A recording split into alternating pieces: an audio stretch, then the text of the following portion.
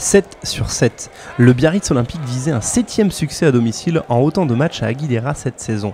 En face, Narbonne est en position de relégable mais a retrouvé quelques couleurs ces dernières semaines. Les Biarros vont vite imposer leur empreinte sur cette partie. Mêlé au milieu du terrain à la 13e minute. 89 décolle entre Manu et Lucu, accélération et prise d'intervalle de l'arrière Hamdaoui pour fixer son homologue et servir Adriou Delaï sur l'aile. Le Fidjien fait l'effort de finir juste derrière les perches et de favoriser la première transformation du match. Premier essai et donc première transformation avec l'ouvreur Pierre Bernard. 7-0 après 14 minutes. Les Narbonnais répliquent rapidement par la botte de l'expérimenté Pierre-Alexandre Dutte, 7-3.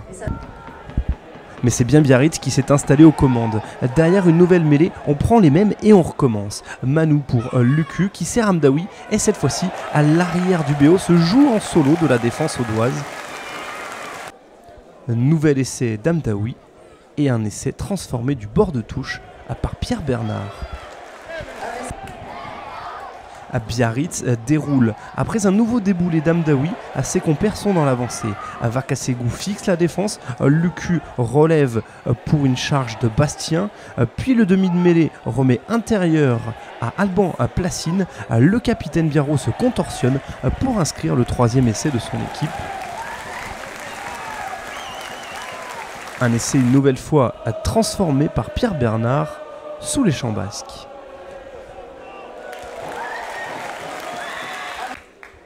Impeccable jusque-là, Pierre Bernard passe encore une pénalité à des 40 mètres juste avant la mi-temps.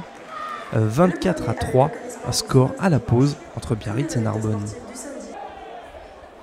Le cavalier seul de Biarritz ne reprend pas en début de deuxième période. C'est Narbonne qui pilonne devant l'embut basque. Arthur Aziza dirige ses avants et au cœur du regroupement, c'est le talonneur Clément Esteriola qui vient marquer le premier essai au doigt. Un essai transformé par Dutte. De quoi vexer les Biarros qui repartent à l'offensive derrière une nouvelle mêlée. Bernard croise avec Jiménez qui fait jouer derrière lui à 2 mètres de l'embut. Lucu décale ainsi Pierre Bernard pour Bertrand Guiry. Point de fixation, sortie rapide du ballon pour Lucu qui alerte sur l'aile gauche le deuxième ligne Edwin Hewitt qui vient marquer en force. Un essai non transformé, 29-8.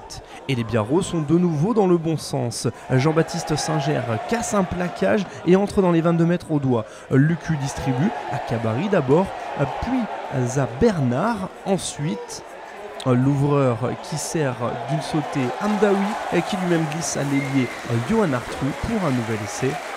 Un essai en coin non transformé.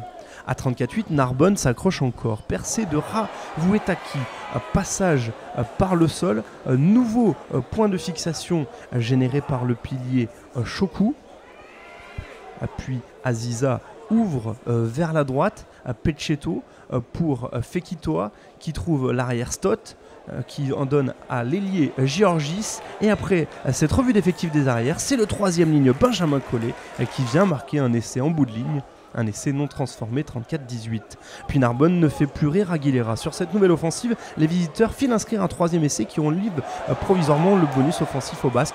C'est Fekitoa qui s'offre une échappée avant de trouver le soutien d'Orlando Stott à quelques centimètres de la butte.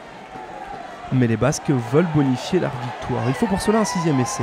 Après la sirène, leur mêlée leur en offre la possibilité. C'est Lucas Deconin qui ramasse le ballon et file marquer cet essai.